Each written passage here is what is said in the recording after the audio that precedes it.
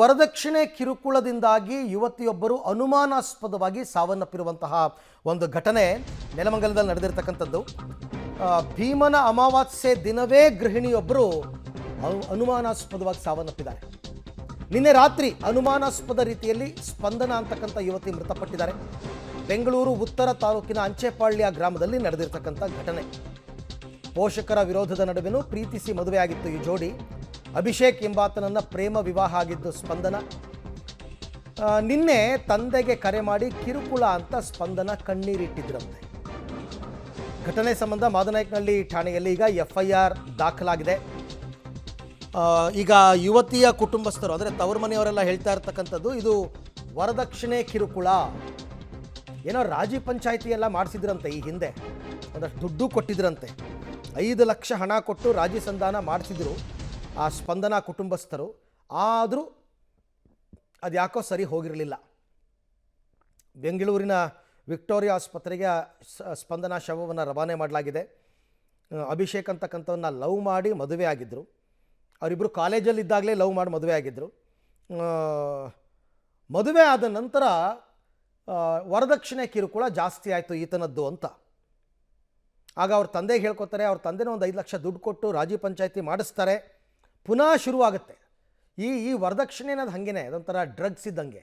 ಬೇಕು ಬೇಕು ಬೇಕು ಬೇಕು ಅನಿಸ್ತಾ ಇರುತ್ತೆ ಒಂದು ಸರ್ತಿ ರುಚಿ ನೋಡಿಬಿಟ್ರೆ. ಹಾಗಾಗಿ ಈಗ ಅವನು ಕಿರುಕುಳ ಕೊಟ್ಟು ಏನು ಇದು ಸುಸೈಡಾ ಕೊಲೆನಾ ಗೊತ್ತಿಲ್ಲ. ಈಗ ಸದ್ಯಕ್ಕೆ ಅಭಿಷೇಕ್ ಮತ್ತು ಲಕ್ಷ್ಮಮ್ಮ ವಿರುದ್ಧ ದೂರ ಆಗಿದೆ. ಈ ಬಗ್ಗೆ ಮತ್ತಷ್ಟು ಮಾಹಿತಿ ನನ್ನ ಕೊಲೀಗ್ ಪ್ರಕಾಶ್ ಅವರಿಂದ ಪಡ್ಕೊಳ್ಳೋಣ. ಪ್ರಕಾಶ್, ಈಗ ಕೊಲೆ ಅನುಮಾನಾಸ್ಪದ ಅಂತ ಇದ್ದಾರಲ್ಲ, ಸುಸೈಡಾ ಅಥವಾ ಕೊಂದಿರದ ಯುವತಿಯ ಕುಟುಂಬದವ್ರು ಮಾಡ್ತಾ ಇರೋ ಆರೋಪ ಏನು? ಏನಾದರೂ ಕ್ರಮ ತಗೊಂಡಿದ್ದಾರಾ ಪೊಲೀಸರು ಅಂತ? ಅರವಿಂದ್, ಏನು ನೆಲಮಂಗಲ ಬಳಿಯ ಒಂದು ಅಂಚೆಪಾಳ್ಯದಲ್ಲಿ ಈ ಘಟನೆ ನಡೆದಿರುವಂತದ್ದು. ಏನು ನಿನ್ನೆ ಭೀಮನ ಅಮಾವಾಸ್ಯೆ ಇತ್ತು. ಈ ಅಮಾವಾಸ್ಯೆ ಸಂದರ್ಭದಲ್ಲಿ ಸ್ಪಂದನ ತನ್ನ ಗಂಡ ಅಭಿಷೇಕ್ಗೆ ಭೀಮನ ಅಮಾವಾಸ್ಯೆಯ ಪೂಜೆಯನ್ನು ಸಹ ಮಾಡಿರುವಂತದ್ದು. ಬೆಳಗ್ಗೆ ಲವಲವಿಕೆಯಿಂದನೇ ಇರುವಂತದ್ದು. ಈ ನಡುವೆ ಏನಂತ ಹೇಳಿದ್ರೆ ಈ ಇಬ್ಬರ ನಡುವೆ ಒಂದು ಮನಸ್ತಾಪ ಆಗಿದೆ. ಸಾಕಷ್ಟು ಬಾರಿ ಕಿರುಕುಳನ್ನು ನೀಡಿದ್ದ ಅಂತೇಳಿ ಪೋಷಕರಿಗೆ ಸ್ಪಂದನ ದೂರವಾಣಿ ಮೂಲಕ ಒಂದು ಮಾಹಿತಿಯನ್ನ ನೀಡಿರುವಂತದ್ದು. ಜೊತೆಗೆ ಎಂತ ಹೇಳಿದ್ರೆ ಸಾಕಷ್ಟು ರೀತಿಯಲ್ಲಿ ಅತ್ತೆ ಮತ್ತೆ ಏನು ಅಭಿಷೇಕ್ ಇದ್ದಾರೆ, ಇಬ್ರು ಸಾಕಷ್ಟು ರೀತಿ ಕಿರುಕುಳ ಕೊಡ್ತಾ ಇದ್ದಾರೆ ವರದಕ್ಷಿಣೆ ಅಂತೇಳಿ ಈಗ ಆರೋಪ ಕೇಳಿ ಬರ್ತಾ ಇದೆ. ಈಗಾಗಲೇ ಏನು ಪತಿ ಅಭಿಷೇಕನ್ನ ಮಾದನಹಳ್ಳಿ ಪೊಲೀಸರು ಬಂಧನ ಮಾಡಿ ಒಂದು ವಿಚಾರಣೆಯನ್ನು ಸಹ ಮಾಡ್ತಾ ಇದ್ದಾರೆ. ಏನು ಮನೆಯಲ್ಲಿ ನೇಣು ಬಿಗಿದ ಸ್ಥಿತಿಯಲ್ಲಿ ಸ್ಪಂದನ ಮೃತದೇಹ ಪತ್ತೆ ಆಗಿರೋದ್ರಿಂದ ಈಗಾಗಲೇ ಅನುಮಾನಾಸ್ಪದ ರೀತಿಯಲ್ಲಿ ಸಾವಾಗಿದೆ ಅಂತೇಳಿ ಈಗಾಗಲೇ ಮಾದನಹಳ್ಳಿ ಪೊಲೀಸ್ ಠಾಣೆಗೆ ಇನ್ನು ಸ್ಪಂದನ ಕುಟುಂಬಸ್ಥರು ಒಂದು ದೂರನ್ನು ನೀಡಿದ್ದಾರೆ.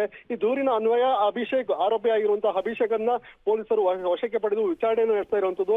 ಹೆಚ್ಚಿನ ಮರಣೋತ್ತರ ಪರೀಕ್ಷೆಗಾಗಿ ಏನು ಬೆಂಗಳೂರಿನ ವಿಕ್ಟೋರಿಯಾ ಆಸ್ಪತ್ರೆಗೆ ಸ್ಪಂದನ ಮೃತದೇಹವನ್ನ ವರ್ಗಾವಣೆ ಮಾಡಿರುವಂತದ್ದು. Arvind, right, thank you Prakash, ತಮ್ಮೆಲ್ಲ ಮಾಹಿತಿಗಾಗಿ ಧನ್ಯವಾದ.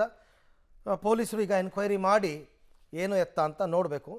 ಡೌರಿ ಕೇಸ್ ಆಗುತ್ತಷ್ಟೇ, ಇನ್ನೇನಿಲ್ಲ.